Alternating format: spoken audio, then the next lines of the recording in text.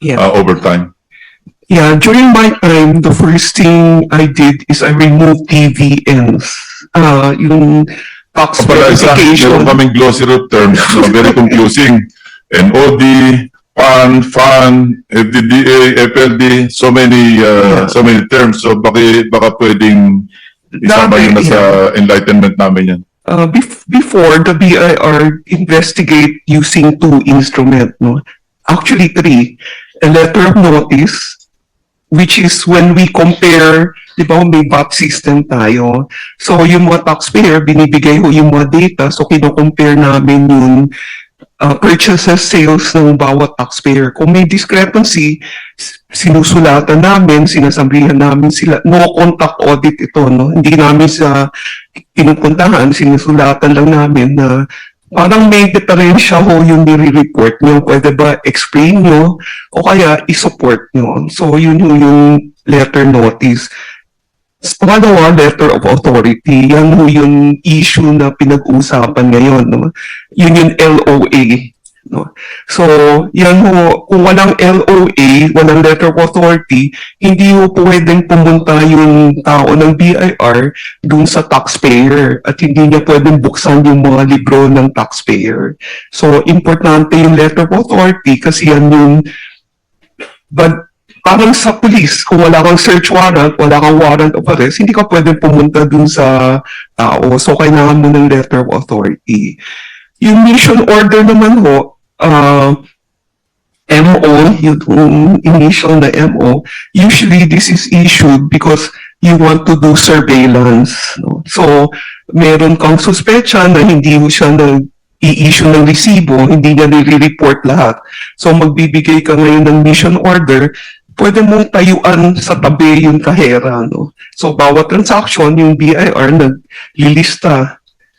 Anong basic difference ng LOA sa commission order? Yung mission order is, gusto mo malaman, yeah, you're physically there looking at the transaction. No? There, when the customer comes in, bali, may kahera, nandito yung BIR na tao. So, namomonitor niya, kung niya gagawin niya ng 3 days, so di makikita niya lahat na 3-day transaction, i-compare niya dun sa manire-report. So kung ni-report niya sa 3-day, kakatayo niya doon, is 100 million yung pumasok, tapos tinignan niya yung nire-report niya, 10 million lang. Bakit ganyan? No? So, yan yung mission order. Mr. Chairman, sino nag-i-issue ng mission order? RDO at saka regional director ho ang nag-i-issue ng mission order. Hindi naman ho yan ang commissioner. Regional. So, hindi commissioner, di ba? Hindi. Regional or RDO, Revenue District Officer. Revenue District. Yan. Tapos may dati may TVN, Tax Verification Notice. Ito ho, ini-issue rin ho dati ng RDO lang, no?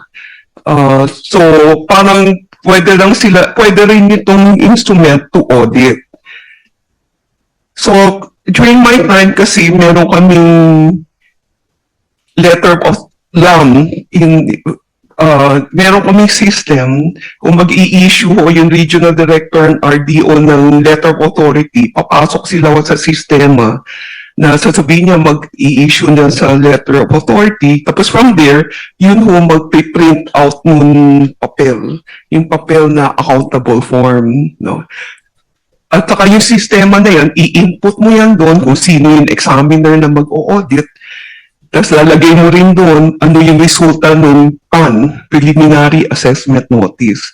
Ano yung resulta ng FAN, Final Assessment Notice. Tapos may kung settlement, ano yung settlement, 0605 yun, no? Yung form ng BIR 0605, that's a payment. So all of that, you will put in that system. So yun ho yung pag-monitor ho ng national office sa field, sa lahat na nag-i-issue ng letter of authority. Dahil may sistema ng ganon, wala sa TVN, tinanggal ko yung TVN para isa na lang letter of authority, no? Para namomonitor ng office ko, no? ng commissioner's office. So yun ho yung proseso ng pag-o-audit. Saka isa rin yung dapat kong monitorin, di ba? Ang problema kasi ngayon,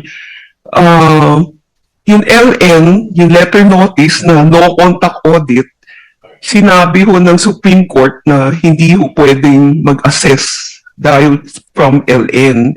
Kailangan lang letter of authority. Kaya siguro napapansin nyo sa isang taon, 4 na LOA ang nai-issue kasi yung dating LN, ini-issuean nila ng letter of authority. No? So, nagbabat return kayo every quarter. So, 4 na quarter yan. So, letter of authority mo, 4. Wala bang limitation ang pag-issue ng LOA to a particular individual or entity? No, during my time, I issued a audit plan, no? And in it, there's a specific provision that said you can only audit a taxpayer 2 consecutive years. Kung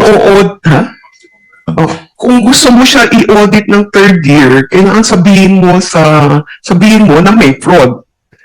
May discrepancy ng malaki, no? Tsaka yung assessment mo malaki. Kasi kung hindi mo malaki, tatanungin ka, bakit yan ang pinili nyo? Ang dami-daming ibang taxpayer.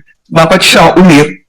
Ang liit naman yung kinokolekta nyo. So, in 2015, I issued an audit program where there's a specific provision that you cannot audit a person 3rd consecutive time, except if you can say there's fraud. Kasi we allow the second. In 1 year, or let's say in 1 year, how many times can There's no limit. No, kasi ang nangyayari ko sa kanila ngayon, mag-issue sila ng first quarter VAT letter of authority, second quarter letter of authority for VAT, third quarter letter of authority for VAT, fourth quarter VAT letter of authority, tapos nun, yung mga hindi, tapos may fifth, yung year na yan, all other taxes na letter of authority. So, pag binilang mo yan, 5 na yan. Diba? in 1 year? Yeah, pwedeng 5 in 1 year dahil dun sa sistema na yan. Kasi nga, sabi ng... 5 in 1 year para sa isang taxpayer Yeah, na pwedeng 5 in 1 year, the way it is done now. parang feeling haras na yung individual. Yeah. O yung, So, kasi dati, nagre-letter notice lang ho kami na sinasabihan lang namin yung taxpayer, alam nyo, may ni-report kayong purchase. Kaya yung sinabihan nyo na binilahan nyo, hindi naman nagre-report ng sales. So, explain nyo nga bakit ganyan. No contact audit yan. Kaya lang, the Supreme Court said you cannot do that. I think one of the legislative reform that should be done, because we're all pushing toward digitalization, and globally, it is the move is also to non-contact audit. So related question, how is a LOA served at saka where is it served? it is served in the place of business of the taxpayer. Not in any other place. Yeah, not Yung iba kasi sa mall eh. Sa mall, sa restaurant. Kung saan magsalubong, doon na lang ini-issue. Pwede ba yun?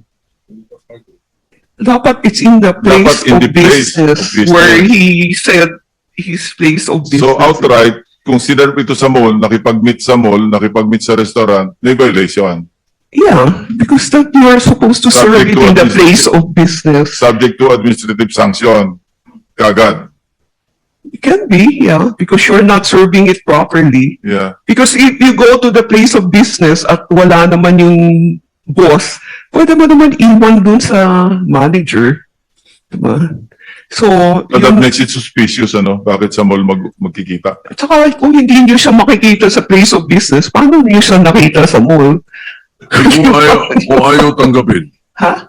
you're bringing it to the place of business, ayaw tanggapin. Then you do an affidavit that I served it and they did not want to accept it. So there's deemed service. You know, there's a way. Pero yung sa Siguro, mall, sandali kay Komisar Lumagi. Mali pala yung nagawa niyo, dito niyo naserbihan si Diskaya ng LOA. Well, Mr. Chair, first of all, kung pwede lang po i-clarify lang po yung na-mention kanina na 4 na LOA per quarter for a year. Hindi po ganun ang ginagawa, 2 lang po ang maximum for VAT because ang batas namin semestral po. So a maximum of 2 and then for large taxpayers, 1 lang po yan sa 1 taon ang VAT audit. So wala pong 4 po ang VAT na LOAs na nangyayari po. So yan na yung evolution, ano? During the time of Commissioner Kim, hanggang 5 po pwede. So Kasi nag-evolve po ito ang during... pagkakasabi po Hindi ngayon. ko kami nag-issue ng 5. We're Nandito not, kanina, parang umabot ng 5 eh. hindi, sabi ko, pwedeng umabot sa 5 ngayon dahil doon sa ruling ng Supreme Court. Kasi every quarter nag-file kayo ng VAT return, tapos every quarter nag-i-encode kayo ng summary release of sales and purchases. So why did you limit it to in a year? Dahil dyan po rin nag-consolidate semestral. So, twice a year lang po talaga ang VAT. Hindi po tayo nag-i-issue ng As 4. maximum 2 For VAT po, Mr. Chair. Yung sa regular, kasi po ang setup po kasi may regular yung Revenue District Office, sila po yung nag-i-issue ng authorized to issue LOAs for all internal revenue taxes. But meron po tayong na-create, I think, that was during because of the IMF recommendation and nagtayo po ng VAT audit section for regions dahil sinasabi po malaki ang VAT gap natin na kinakailangan ayusin para makakolekta ng VAT because at that time relatively new yung concept ng VAT kaya nag-create ng VAT audit section or VAT audit unit na tututok sa particular tax type ng VAT. That's why nag-create ng VAT section. So, ang ino-audit po ng VAT audit section ay mga VAT, yung value-added tax types lang po. Ito na yung BAT-AS at saka BAT-AW. Yan po. So, kaya nagkakaroon po ng ibang multiple LOAs pero magkakaiba po ang ino-audit. For Revenue District Office, yung regular, all other internal revenue taxes, kapag ka nag-issue po ang VAT audit section, VAT lang po ang ino-audit niyan. Kaya po yan yung dinidiscuss po na multiple LOAs dahil may all internal tapos meron sa VAT po. Mr. Chair, may I?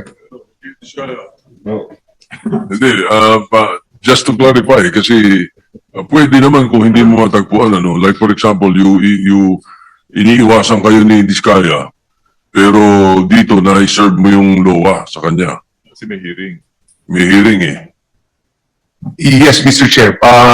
Nakalagay lang naman po kasi dyan, again, as I've mentioned before, yung mga diskaya po ay hindi po talaga nila tinatanggap. In fact, we also filed a criminal case for violation of subpoena dahil hindi po talaga sila tumatanggap ng mga notices ever since when we started auditing them even last year. Dahil lahat po niyan, hinahabol po natin at nakita po natin na malaki po yung kanilang tax liabilities. That's why we were forced to serve the LOA with the permission of this office.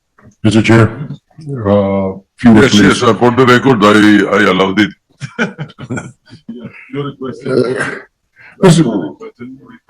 Mr. Chair, ang problema ko kasi dito, former Commissioner Lumagi, and this committee, ito pong iba't ibang LOA, may VAT, may tax, may ibang tao ko ito Mr. Chair. Ang problema, yung negosyante, bugbog po sa kalalagay. Kasi iba-ibang tao. I-issue ng VAT dito, bukas makalawa, next month, isang VAT na naman, ibang tao na naman. Kaya po nito, nag-email sa atin, in a span of 6 months, we were issued 4 separate letters of authority with 3 audits still ongoing. These laws overlap in periods and tax types, causing excessive disruption to our operation. And at the same time daw, Mr. Chair, yung mga bumibisita sa kanila, kailangan pa nilang kasi para bilisan nila yung kanilang pag-audit sa kumpanya na yun dahil disrupt yung kanilang operations, kailangan nilang maglagay ng padulas, Mr. Chair. Ito po yung problema natin, Attorney Lumagi. Yung panahon po ninyo talagang dumami po talaga. Maaring may instruction kayo na 2 lang, inabuso naman po dito sa baba kung hindi po law of mission order because mission orders, pwede lang gawin ng RD at saka RDO. Without your knowledge, hindi na po sila